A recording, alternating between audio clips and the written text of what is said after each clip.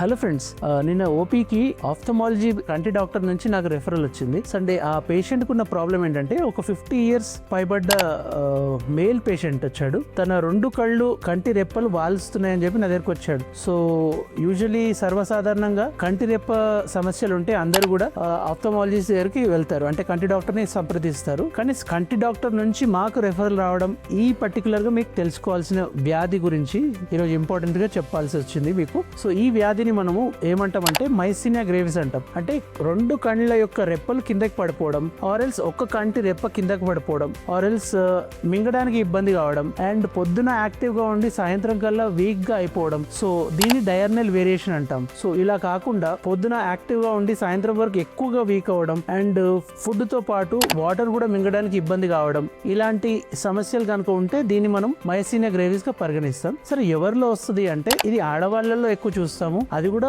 Usually 20 ఏళ్ల వాళ్ళకి రావచ్చు, 30 ఏళ్ల వాళ్ళకి రావచ్చు, 40 to 50 ఏళ్ల వరకు వాళ్ళకు కూడా రావచ్చు. కానీ కంటి యొక్క మజిల్స్ కి ఇన్వాల్వ్ అయితే మటుకు దీన్ని మనము ఆక్యులర్ మయోసీనియా అంటాం. ఇలానే కాకుండా ఎవరికైనా పేషెంట్ కి ఒకవేళ మింగడానికి ఇబ్బంది ఉండి, అంటే దాని అర్థం ఏంటంటే ఆ మింగే మజిల్స్ కి కూడా, అంటే డీగ్లూటేషన్ మజిల్స్ కి కూడా ఇది ఇన్వాల్వ్ అయినట్టు. అలా డీగ్లూటేషన్ మజిల్స్ కి ఇన్వాల్వ్ అయిన వాళ్ళకి ట్రీట్మెంట్ ఒకలాగా ఉంటుంది, కంటి యొక్క ఇన్వాల్వ్మెంట్ ఉన్న వాళ్ళకి ఒకలాగా ఉంటుంది. సో కంటి రెప్పలు 2 వాలిపోయి మింగడానికి ఇబ్బంది ఉంటుంది అంటే వాళ్ళకి ఖచ్చితంగా మనము ఐసీయూలో పెట్టి ట్రీట్మెంట్ ఇవ్వాలి. సో ఈ వ్యాధిని మనం మయోసీనియా గ్రేవిస్ గా పరిగణిస్తాము. సో ఈ మయోసీనియా గ్రేవిస్ అనేది ఒక ఆటో ఇమ్యూన్, అంటే మన బాడీకి విరుద్ధంగా కొన్ని మన యాంటీబాడీస్ మన మంచి కణాలని డ్యామేజ్ చేసి మన సెల్స్ ని డ్యామేజ్ చేస్తాయి అనమాట. సో ఈ ఆటో ఇమ్యూనిటీ వల్ల ఇవి జరుగుతుంది. సో దీనికి ట్రీట్మెంట్ పలు విధాలుగా ఉంటది. సో జనరల్ గా స్టీరాయిడ్స్ అనేది వాడతాము. ఓరల్ స్టీరాయిడ్స్ ఉంటాయి, ఐవీ స్టీరాయిడ్స్ ఉంటాయి. ఇలా కాకుండా మన బాడీలో ఉన్న రక్తాన్ని ఫిల్టర్ చేయడం, దాన్ని ప్లాస్మా ఎక్స్చేంజ్ అంటాము.